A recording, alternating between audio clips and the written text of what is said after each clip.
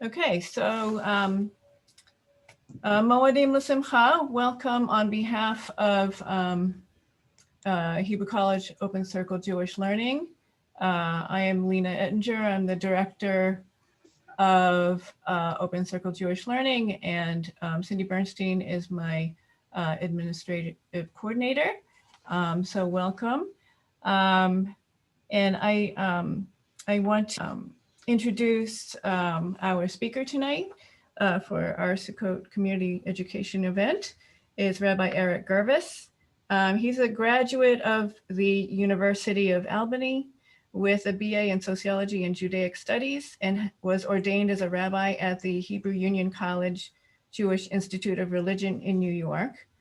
And he's director of Habarim and Engagement for the Mussar Institute. He has served congregations in New York City, Jackson, Mississippi, Teaneck, New Jersey, and in Newton, Massachusetts. In July 2019, he became rabbi of Sharei Shalom, a Jewish congregation serving Ashland and Metro West. And Rabbi Gurvis has trained with the Mussar Institute and is a certified Mussar Va'ad. He has long been deeply involved in youth activities and Jewish camps, interfaith work, and Israel programming and education. And Rabbi Gurvis is a senior rabbinic fellow of the Hartman Institute. And please give me a warm welcome to him for his talk tonight entitled Light in the Dark, Mussar as a Spiritual Resource for Challenging Times. Hi, everybody. Good evening. It's an honor to have been invited by Lena and the Open Circle program, which I love. I've been part of the faculty for Open Circles for a couple of years now. I think this is my fourth year, maybe. And it's wonderful to see some familiar faces.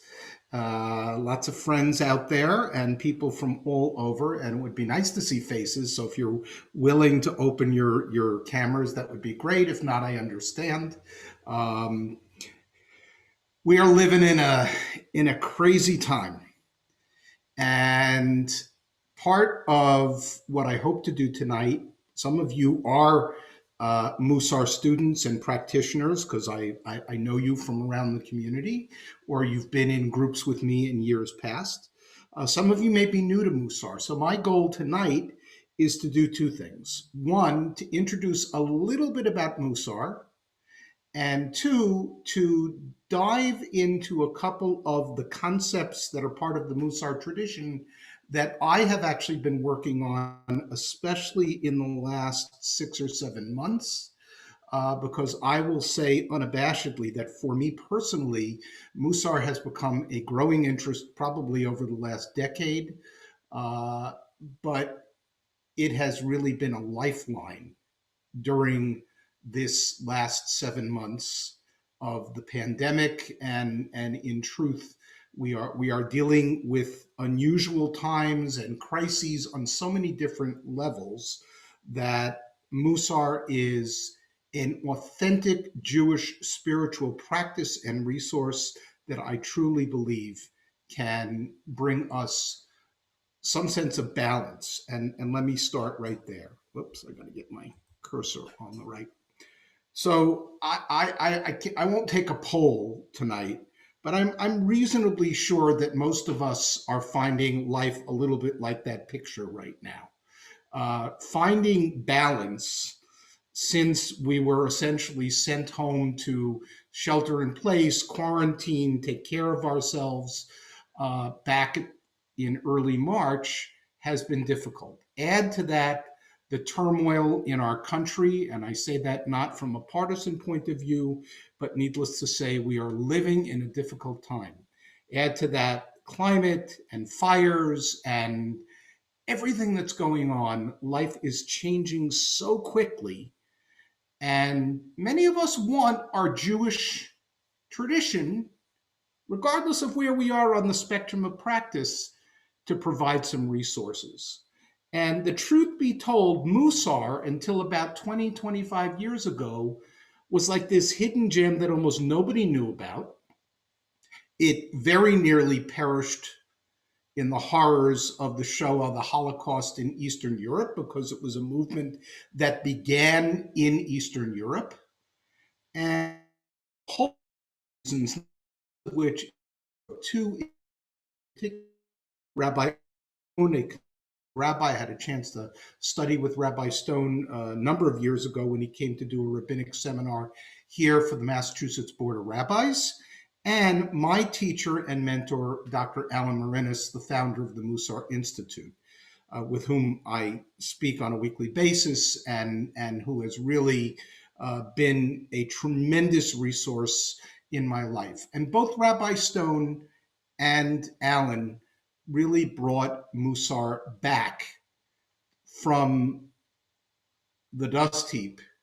And it is a living, vibrant part of today's Jewish community. And I want to add, and CJP and Hebrew College and Open Circles get a lot of credit, because as I work through my Mussar Institute work with people all around the world, really, mostly North America, but some in Europe and South America and other places, there are very few communities where there are as many opportunities to learn and be part of a group to practice Mussar as there are in Boston.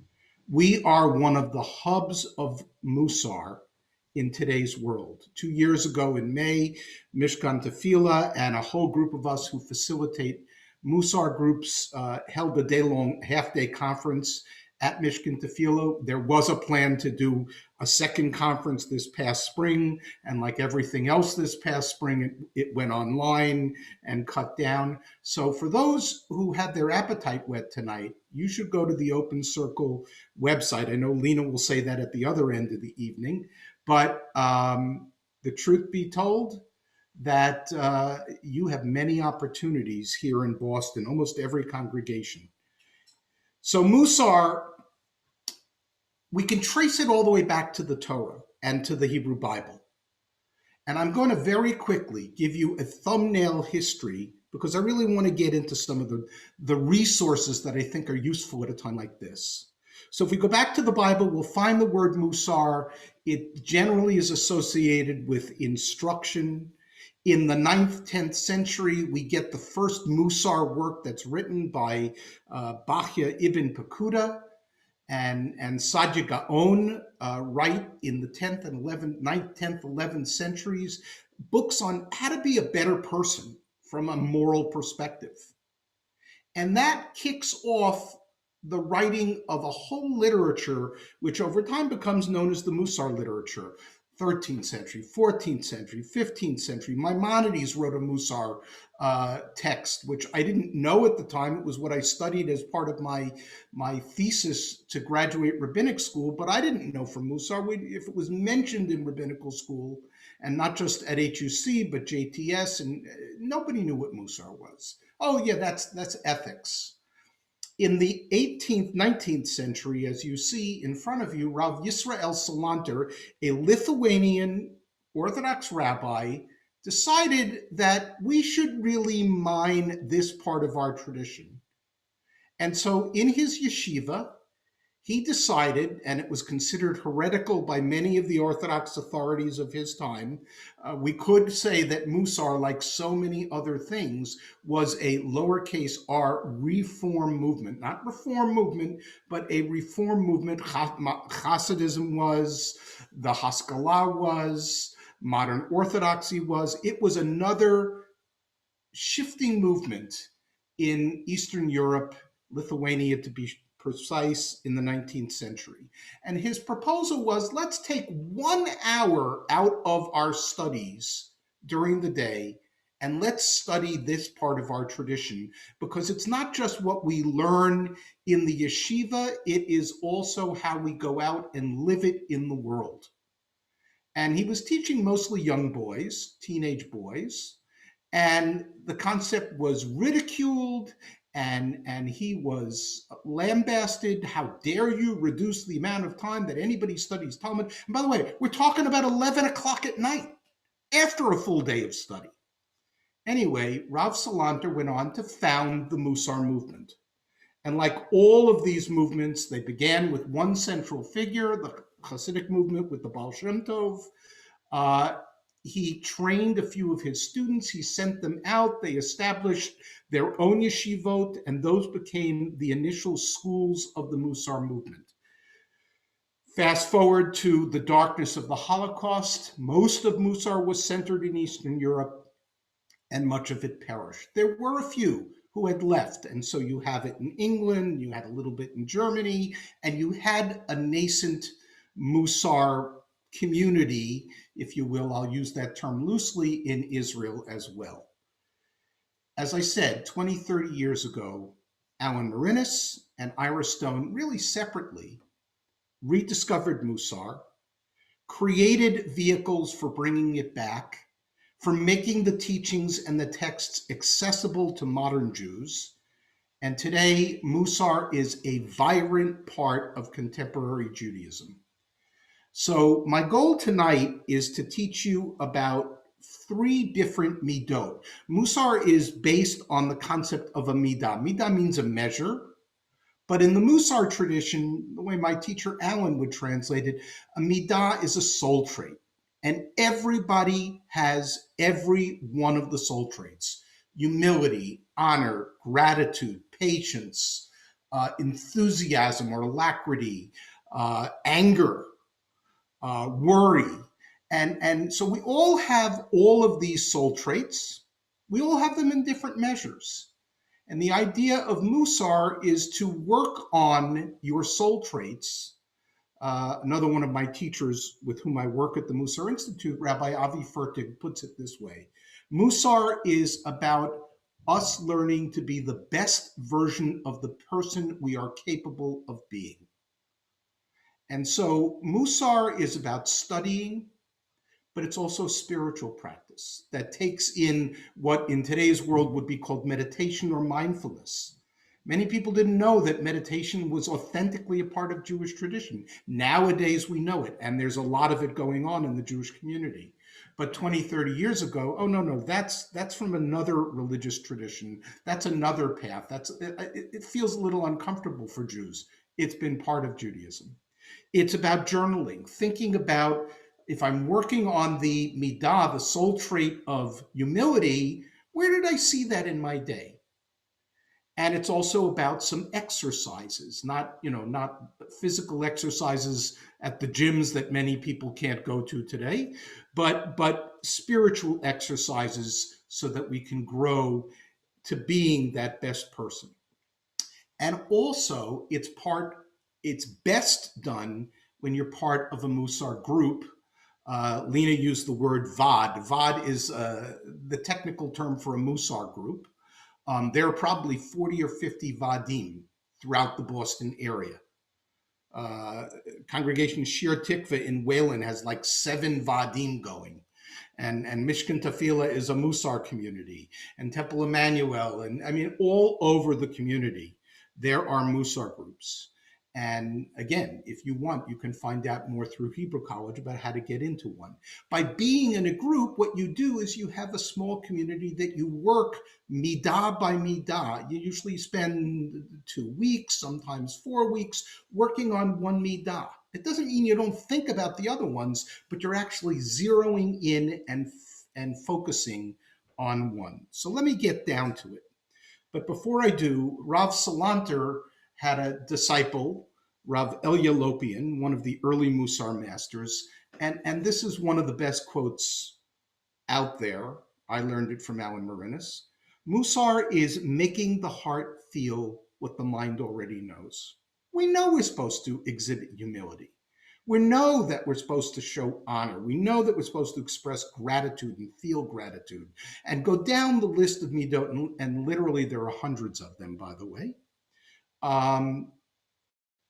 We already know it, but if we can feel it in our heart and activate that spark, we can grow stronger in all of these different areas, making the heart feel what the mind already knows. So tonight, for those of you who have some background in Mussar, I'm actually going off the beaten path.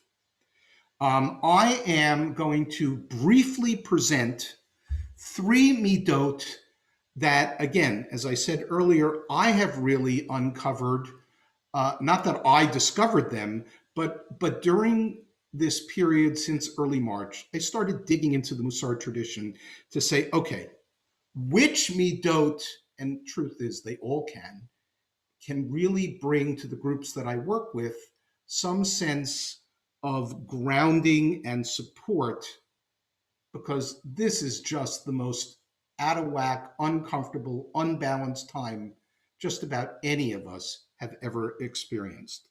So the first one I want to talk about briefly is what's called Netsock. Now, some of you will know, by the way, I have my chat box open. So if you have a question, feel free to put a question in the chat box or raise your hand. If I don't see it, Lena will. And I'm happy to take questions during the course of this. And by the way, we have a commitment to finish in time, because the second half of tonight's doubleheader, which will be an entirely different experience, I actually hope I give you a little bit of like calmness before we go to the second part of tonight's doubleheader. That's all I'm going to say about that. Netsock, some of you may know that term from Kabbalah. You may know it from the world of Jewish mysticism. And that's where I knew it from. But as I began digging and looking for midot that would be able, I could bring to my groups in this time, I hit upon Netsock. And one of my teachers said, well, there's not really a whole lot about Netsock. Resilience, endurance, persistence. How do I stay the course in a time like this? And we've all asked ourselves that question. Many of us have gone through periods of sleeplessness, our eating habits, our confinement to our homes, and our inability to go and live our lives with the freedoms to which we were accustomed. For many of us, the inability to see family members. I mean, literally, as COVID was hitting, I was supposed to get on a plane, go to Florida to see my elderly parents. And then you couldn't go. And then my wife and I said this summer, we're going to drive down. And I said, well, that's a nice idea. First of all, Florida is not really where I want to go right now, because this was when they were at their peak. I said, very lovely, but we'll have to stand outside the gate because the community won't let us in. No visitors are allowed. So, and my grandchildren live in Needham. And I see them very infrequently because the older one's back in preschool. So, we're all living with this major, major disruption in our lifestyle and freedom. Even going to the supermarket in these months has taken on a whole different meaning.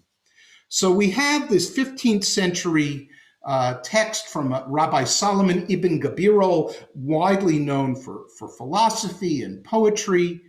But he also wrote a Mussar text in the 15th century. No Mussar movement yet, but writing about this. So nothing will mitigate our sufferings more than patient endurance. And haven't we learned that we need to be patient and we need to work at strengthening our endurance muscles, because this is like nothing most of us have experienced. Or let's take this other text from around the same time. Is it not better to endure that which you have neither strength nor power to remove? Suffice it to say, and there are many different opinions out there, and I'm not going to comment on them, but COVID-19 doesn't know borders, boundaries, ethnicities, races. It's a virus, and it runs rampant. And the best we can do, as we've learned over these months, is protect ourselves and protect those around us. We don't have the strength or the power to remove COVID. God willing, the scientists and the medical practitioners who are working day and night will come up with a way for us to remove the threat that it currently represents. And so it will be something like a flu or another disease for which we have inoculations. So what is the author here, what is better calculated to remove the worries and sorrows of a person than the power of endurance which comes to their aid? And we have all struggled with, how do I stand up straight? How do I get out of bed in the morning? How do I get in front of my computer screen and go to work and then, go to, I mean, we've all had such wonderful learning opportunities and entertainment opportunities through the medium of our screens, and Zoom, it's really real. And not seeing live people. I mean, I'm going to assume that virtually all of us went to the High Holy Days this year just like this. I actually led my congregation services from the other side of my basement with a slightly larger setup. Friday night, I fully expect to be dancing right here with the Torah scroll for Simchat Torah so my congregation can see a dancing Torah. But like, this is not real life. But dealing with the worries and the sorrows, Netsock, endurance. A Mussar teacher of the last generation, whose books I'm now studying, and I'm not going to read you this whole thing. And by the way, we will make the slides and the texts available along with the recording after tonight's session. So don't worry about copying things down and all of that. But Rabbi Chaim Shmulevitz, also a Lithuanian rabbi, wrote a series of books called Sichot Mussar, says our strengths are greater than we realize. And I suspect we've each learned a little bit about that in these past months. A person really has the ability to reach much more than his or her natural physical strengths. And he takes as an example the daughter of Pharaoh in the book of Exodus. We're about to begin Genesis again next week. But in the book of Exodus, we know that Pharaoh's daughter rescued baby Moses when his mother, to save his life, had put him in a basket in the river. But look at what he says. The daughter of Pharaoh stretched her arm and took the basket that Moses was in. Her arm actually extended many amot. An amah is a measure. That is to say, she couldn't reach that basket, but she knew there was a baby there, and she reached out and somehow willed herself, pushed herself to do something that on a day-to-day basis she couldn't. It's not intended, says Rabbi Shmulevitz, to be understood that her arm physically got longer and then shrunk back to its original state. But gathering all of her energy and her will to save the child, she was able to reach it. Reach the basket, save the child. And I'm willing to bet that there have been moments in each of our lives when we were up against a challenge. Forget about COVID for a moment. Forget about these 7-8 months. But something in your life where you said, I just can't do this. I don't have the strength. I don't have the will. I don't think I have the train, whatever it is. And we've surprised ourselves. That's Netsock. That's pushing ourselves to the limit. And the last line that he has here, there's no measure to the strength of people when they arm themselves with omets, which is the next midah we're going to come to, fortitude, and gvura, strength. If we bolster ourselves, strengthen ourselves, and from a Mussar perspective, spiritually, intellectually, emotionally, and again, I go back to the reality that you do it in a group and you have a study partner, a chevruta, you're not in it alone. That's part of the beauty of Mussar. I will tell you that I've been teaching my whole career.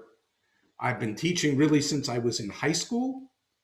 And never has the teaching been so intense and rewarding as it has been in the last 8 months.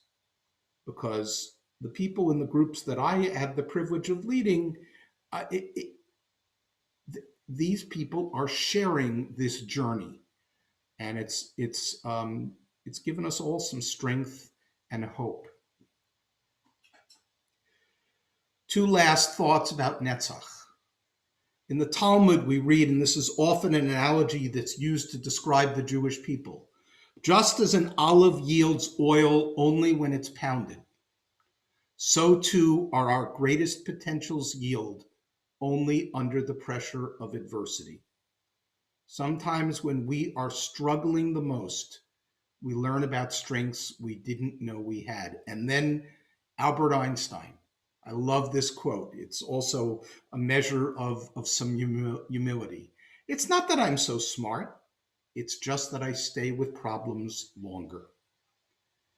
You know, when we started this journey into COVID, we all wondered how are we going to get through Pesach?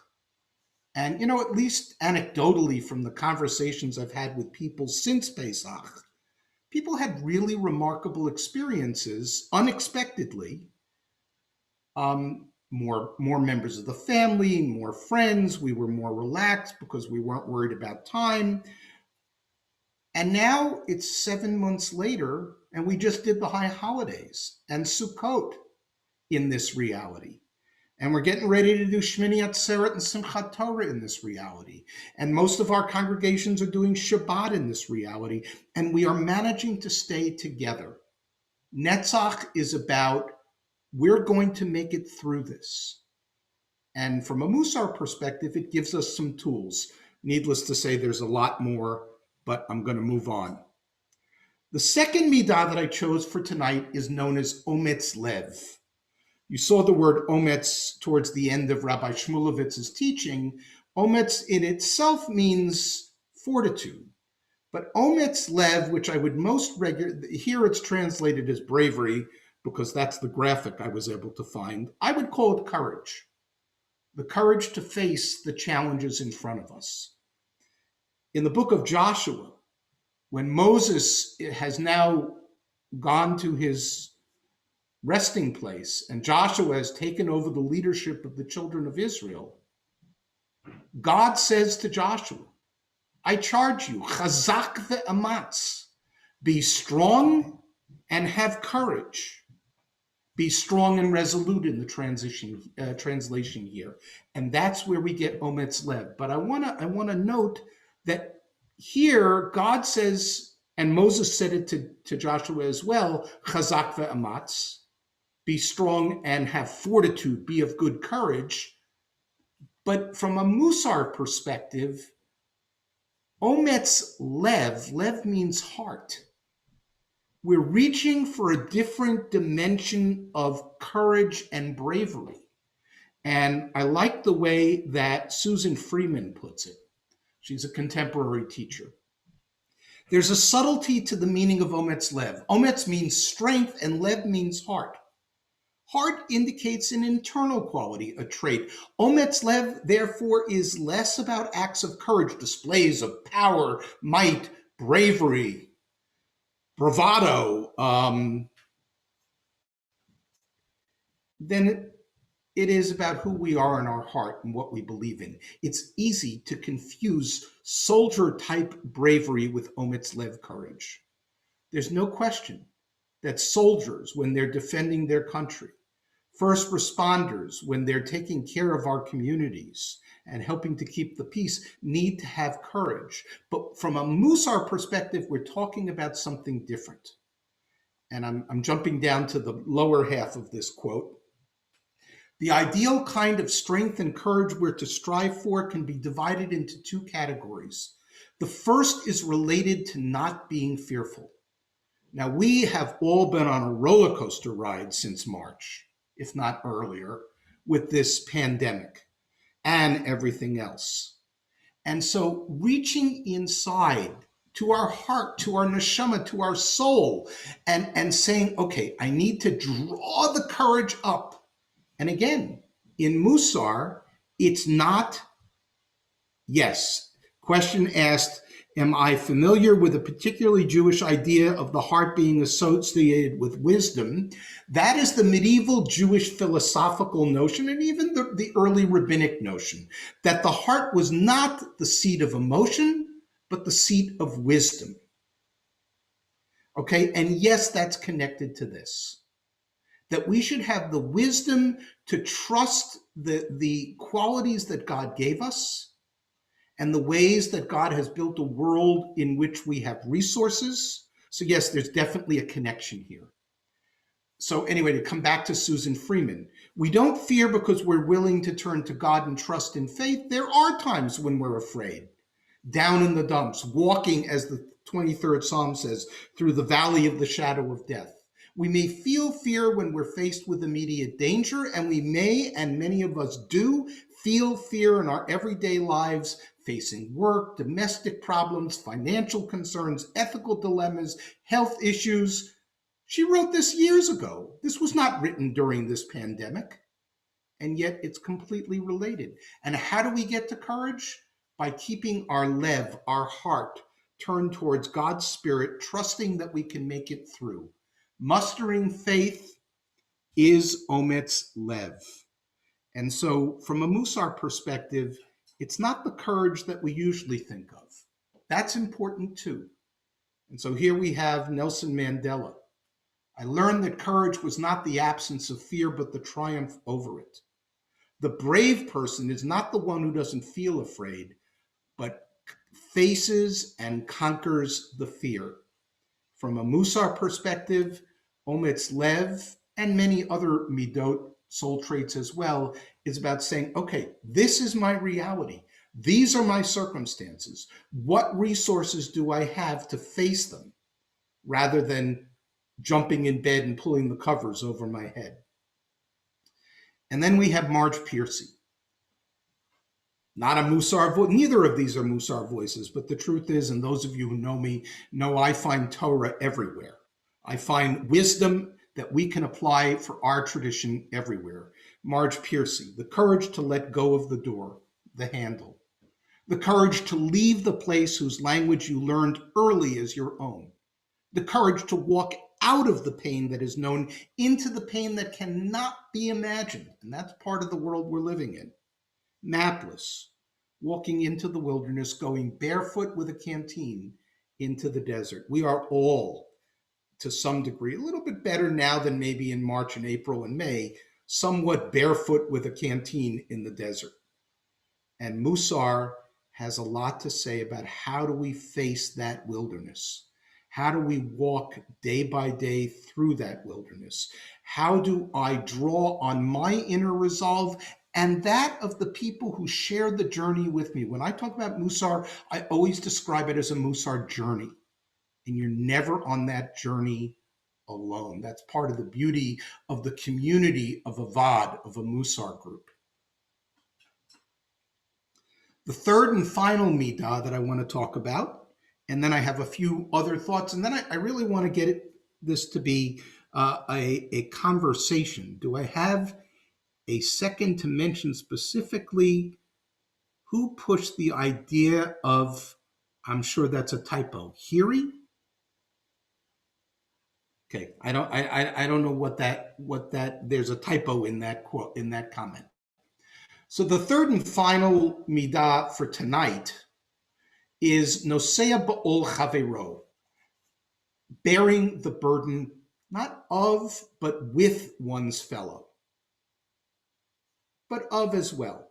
In Pirkei Avot, that incredible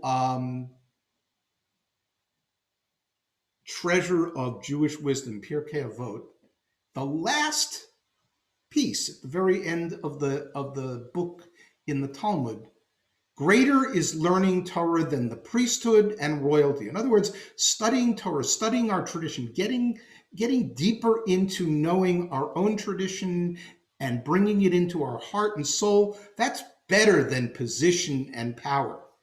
Royalty is acquired by 30 stages, the priesthood by 24, but the Torah by 48 things.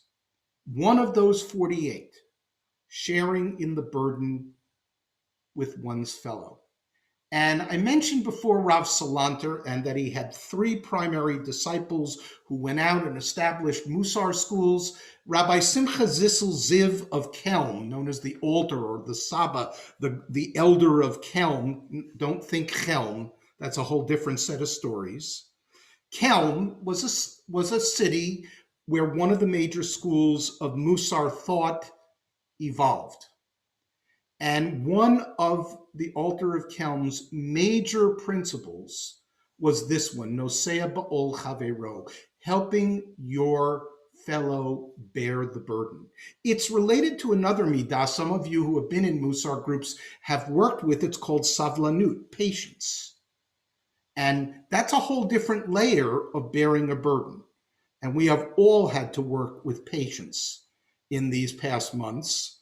And I dare say we're going to work with it certainly for the next month and probably beyond. But this one's a slightly different variation on the theme. In the 15th, 16th century, there was this marvelous, we don't know. I spent 3 years studying with a Ruta partner with whom I actually began the Mussar journey, Rabbi John of Bethel Temple Center in Belmont. Are you hearing me? Because I'm getting a message that my internet is unstable. Somebody wave if you're hearing me. Okay, good. Whenever that pops up on my screen, I want to say it's not my internet that's unstable, it's my world that's unstable. Anyway, Orchot Tzadikim is a treasure trove of Mussar teachings. And here's what the author says. One should be generous with their energy, going out of their way for people, bearing their yoke and their burden, feeling pain at their anguish, praying for their sake, rejoicing in their joy, visiting the sick and doing kindness to the dead. Now, most of you know all these things already, that we're there to help others. But here we get it in a Mussar context, that it is a core soul trait to reach beyond ourselves, much as Pharaoh's daughter stretched her arm towards that basket to help others. It goes back to the first principle of Mussar, which is Anava Humility. And while I'm not going to talk about Anava tonight, humility, it's not all about me, but I'm important too. And actually, let me just digress for a moment. Every midah, every soul trait is on a spectrum. There are two extremes. So when you talk about humility, for example, someone who has absolutely no humility whatsoever, I'm not going to ask you to name names. Just conjure up an image in your mind. Or the person who has no sense of self-worth and is like a doormat. In Mussar, our goal is to be somewhere in the broad middle. We might be at an extreme, and we have to work to get ourselves back to the broad middle. That comes from Maimonides. So when it comes to this trait, I can completely ignore what's going on for anybody else in the world. Or I can go out of my way to totally take care of others, but not myself. Actually, nosea ba'ol chavero, this soul trait, for me, is incredibly related to the concept of the mask. We now live out here in Metro West, and abutting our community is the rail trail that runs for like 26 miles. So every day I try to push myself to go out there and walk the rail trail.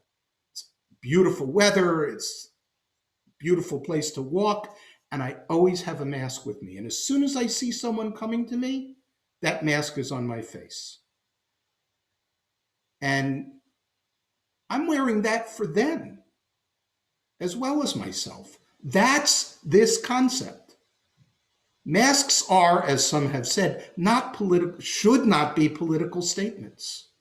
We have to help one another through this time, and Mussar gives us tools for that as well. And here is the altar of Kelm. To reach the level of being one who bears the burden of one's fellow is impossible unless one has accustomed oneself to love one's neighbor in thought and deed. You have to care enough about the other people around you to realize, hey, they're struggling. They have something they need help with. Whereas the deeds of most people are observable, their thoughts are not. To ascertain that one loves one's neighbor, Leviticus 19, V'ahavta l'reacha kamocha. It's one of the highest principles of our Jewish tradition. Love your neighbor as yourself. You have to do it both in thought and deed. And we have to examine the consequences of both thoughts and deeds to make sure that they're constructive. That is a lesson for our time, for sure.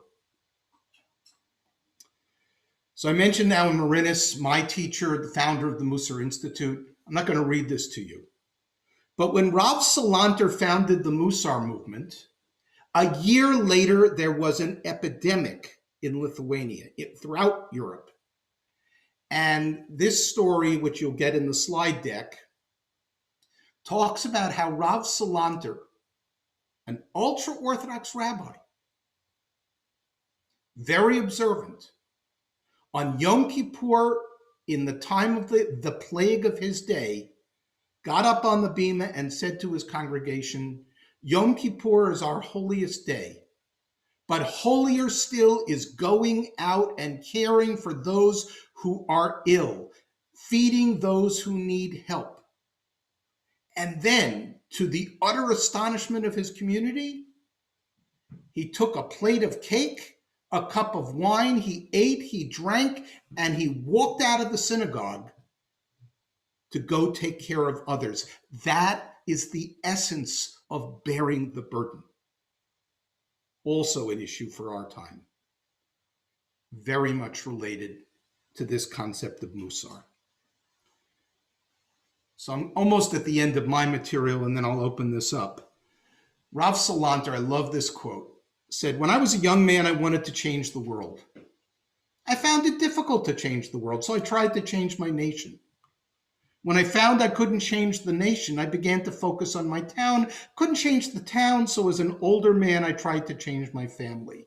Now, as an older man, I realize the only thing I can change is myself. And suddenly I realized that if long ago I changed myself, I could have made an impact on my family. My family could have made an impact on our town. The town's impact could have changed the nation, and I could have changed the world.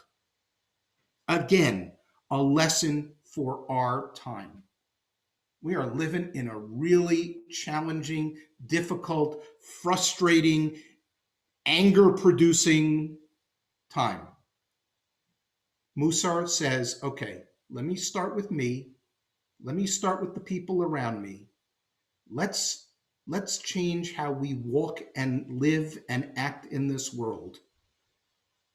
And let's see the butterfly effect. Let's see the ripple effect. And I will tell you, I have watched it over these years that I've been involved in Mussar. It's really powerful. Now, lest you think that the three midot that I presented tonight are the only midot.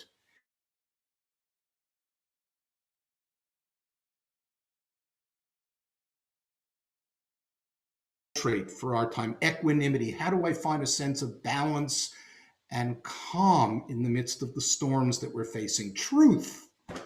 Oh my God, what's been done to truth and the concept of facts.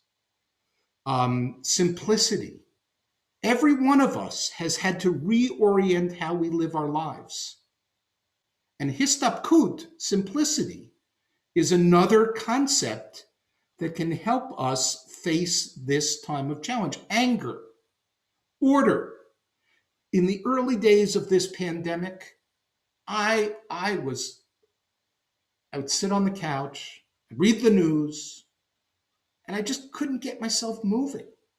And I realized I have got to come up with an order, a seder, for how I do my work, how I do what I've got to do around the house, because this, who knows how long this is going to last. And here we are almost 8 months later, and there's no end in sight. We're going to be doing this for a while. Choices, it's not a midah, but Mussar teaches us, how do we identify the choice points in our lives and make the best choice that will be representative of me trying to be the best version of the person I'm capable of being. Worry, daga, responsibility, achrayut, and literally I could have put up a list of hundreds of midot. These are just a few of the midot that I think of when I think about the resources that our tradition has for us. And Mussar groups, sometimes you get into a beginning Mussar group, and there already is a prescribed order to get you started. When I work with some of the more advanced groups, they choose what they want to work on. They say, hey, can we explore this one? Someone asked me a few weeks ago, does Mussar have teachings on grief and sorrow? So now I'm exploring and I'm digging. I like to think of myself as an inveterate Mussar hunter, and I'm always digging for new teachings. And again, as you saw from some of the slides that I shared, not just from the classic Mussar masters, not just from Jewish sources, because there are amazing resources and there's truth around us if we're willing to dig and open our eyes. When you get the slide deck, here are a few resources for you. I work with the Mussar Institute. We have a lot of programming and webinars, and we did a whole series in the spring and the summer, and we're going to continue later this fall, Mussar in a Time of Crisis. So you're welcome to visit our website. Open Circle Jewish Learning. If you look at the catalog of courses that Lena and her team have put together with the faculty this year, probably one of the biggest concentrations are the Mussar courses. So go explore the website. All the courses are starting in the weeks to come as the holidays are coming to an end. And Lena will probably have more to say about that. The Institute for Jewish Spirituality also has great resources. Your own synagogue, your own rabbis. And there's my email address if anybody wants to be in touch with me personally to ask questions. Happy to chat with anybody about how you explore this Mussar path. There are also wonderful books. I put two of Alan's books, Everyday Holiness. If you want a one book introduction to Mussar, that's the best one. Everyday Holy Day, he has 4 books. Everyday Holy Day is 1 page per day, 1 midah per week to get you started if you want to do this on your own. And just last December, my rabbinic conference, the Central Conference of American Rabbis, published the Mussar Torah Commentary. It's one of the newest Mussar books out there. I was very honored to be asked to contribute. And actually, together with the CCAR, the Mussar Institute is presenting, open to anybody, webinars. They're starting in a few weeks with the authors teaching about the Torah portions that they wrote about. We did a series in the spring. We've got another series starting in 2 weeks. So let me remind you that Mussar is making the heart feel what the mind already knows. And remember, we are not in this alone. That's part of the power of the Mussar journey. So let's see what we got here in questions. How do we look for more in-depth learning about this and other traits? Well, Linda, I would say go to the Open Circle website. Lena's going to tell you, so I hesitate to tell you, but I'm going to be leading a bunch of groups, many of which are open to anybody who, the world is flat now, as Tom Friedman put it. And because of COVID and everything is online, many of these groups are open to anybody. And I'm not the only Mussar teacher. My teachers are teaching in this community as well. So, and also the Mussar Institute. How is this different than it's better to give than to receive? Linda, why don't you unmute and explain what I said that triggered that comment? When you were talking about bearing the burden of one's fellow, and that we should, care about the other, rush to help out and care about their pain and their joy, et cetera, et cetera. But not exclusively. Okay. I mean, the critical example for that from the Torah, actually, Lena and I both learned from our teacher, Rabbi Daniel Hartman at the Hartman Institute. There's a passage in the Torah where you see your fellow and his beast, his horse, his mule, whatever, has fallen into a ditch. Mm-hmm. And the Torah says, you go and raise it with him. Mm-hmm. It's not about taking someone's burden away from them, but it's not about putting blinders on. I think about my days when I used to ride the subways in New York. or even the T in Boston. And the doors open and there are people sitting in seats, and you can see the body language. Some people kind of look down, they dig into what used to be newspapers, now it's smartphones and other handheld electrics. Because if I don't make eye contact, that elderly person to whom I should give my seat, I don't have to give. That's the opposite of this trait. Okay, we walk this world together. So it is a little bit different when you see your neighbor. Yes, that's another translation. I wasn't going to use it. Um, what else do we have in here? Oh, heart. It wasn't hair. Okay, have a second to mention who pushed the idea of heart. It wasn't one person. That was an idea that evolved in rabbinic times, the times of the Talmud, and got very by the medieval, I dare say, probably influenced by Aristotle to some degree. Any other questions, or raise your hands, or comments?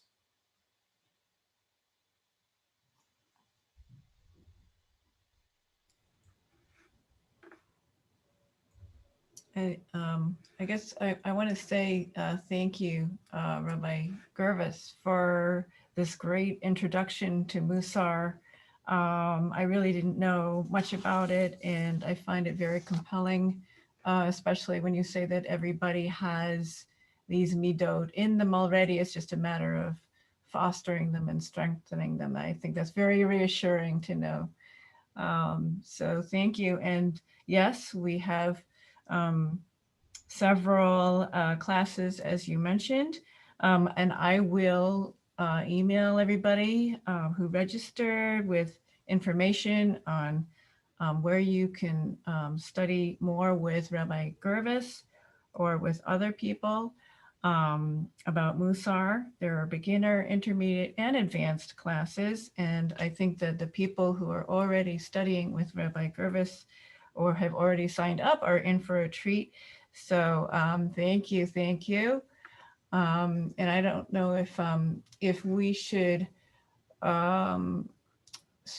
provide people a chance to talk. I don't know if you wanted to stop the screen share. Yeah, sure. Service, and then we can let's see if we can remove spotlight, and then we can maybe see each other if you want to put yourselves in gallery mode. So yeah, so if anybody wants to just chime in the last few minutes, that's fine. And by the way, I see at least one or two people from Metro West. We're also going to be starting. It's not on the website yet, but we're going to be starting a Metro West Mussar group after the first of the secular year. So there'll be another on. And the truth is, today it doesn't matter which community you live in. And I will also say to you that my colleagues who are also teaching Mussar through open circles, we're all part of a group that meets with our teacher, Rabbi David Jaffe, monthly. And it's a wonderful community of teachers here in the Boston area. I said it before, Boston is definitely one of the hubs of Mussar activity. It's not the only one, but it is one of the most significant ones. And that's thanks to Open Circles and Hebrew College and CJP for making this possible. Because I will tell you that I have seen people literally find their lives enriched and strengthened and courage and inspiration through the study and practice. And don't be afraid of the practice piece. You do it in your own way. There are prescriptions, there are suggestions. I always say to the groups I work with, baby steps. Don't think you're going to dive into the deep end of the pool, and get it all. It's like any other practice, whether it's jogging or yoga or learning an instrument or a language, it takes time. But taking the first step is really powerful. I see that Shona wrote the part about endurance was particularly interesting because I hadn't been thinking of what's going on in that way. It makes a ton of sense and lifted me up slightly. Thanks. So I'd say, yeah, Me too. That's yeah. why I went looking for it. Yeah, I agree. We're definitely, I feel like this is a marathon for all of us. And I'm according to 23andMe, I'm better at sprints than at long distance. So this is a challenge for me. And, you know, apropos of what you said, Lena, let me, you know, now that I live out here near Hopkinton, where the marathon begins, here's the difference. And I'm not a marathoner, but when you run a marathon, you know the beginning and the end. We don't know. We know the beginning. We definitely don't even know if we're near the middle, let alone the end. And that is a frightening, daunting thing. And that's why we're in it together. And that's why we need to support one another through this, because we don't know where the finish line is. It's not in Back Bay. Susan writes, my field is rehabilitation medicine, helping people make the best of an illness or injury and living their best life with the tools at hand. I don't think I realized how much of my profession was rooted in Judaism. You know something? Here's the thing. Many of the teachings of Mussar are not unique to Judaism. Humility is not a Jewish concept. Kavod, honor, seder, order, gratitude, patience, bearing burden, these are universals. But what Mussar gives us is the wisdom of our heritage that can help us. And what you find when you study Mussar is, oh, I learned that as a kid, or oh, my rabbi said that, or we did that in Torah. And it's like connecting dots.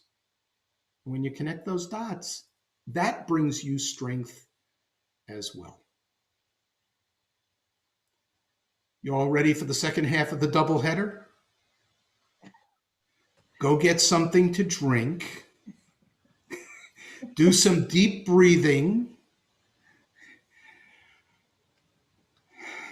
You know what? Here's what I'll say as my last comment. My wife and I are very privileged. Our kids have all been in and around. My youngest son just came back from Virginia while I've been down here with you. Haven't seen him since July, and his girlfriend just drove up because our daughter's getting married next week in our backyard with a very small crowd, obviously. And what I've come to realize is that whether it was the high holidays or it's Simchat Torah this weekend, or for us, the wedding, thank you, all the mazel tovs, this is about finding the joy in the midst of the oi. And boy, are we living with oi. So I wish you all safety. Hope to see you down the Mussar path, whether it's with me or one of my wonderful colleagues around here. I can almost say you won't be sorry. It's really life affirming and enriching. Stay safe, everybody. Stay sane too. Thank you so much. Yeah. Thank you, thank you, thank you. Yes, Rabbi Gurvis. Thank you. I'll be in touch with everybody. Mazel tov. Can't wait. Thank you. Oh, I am. Is that What's the second half, Rabbi? The second half of what? the debate? You said the second half of tonight. Oh, you can go discover your own. There are lots of options on Netflix. I It's think there are a bunch of networks that are showing an event tonight. With two particular people with lots of acrylic. Oh, that second half. Here we go. Into the fray once more. Good night, everybody. Thanks for the laughter. Thank you, Lena. You're welcome. Thank you, Cindy, for the assist. Oh, not a problem.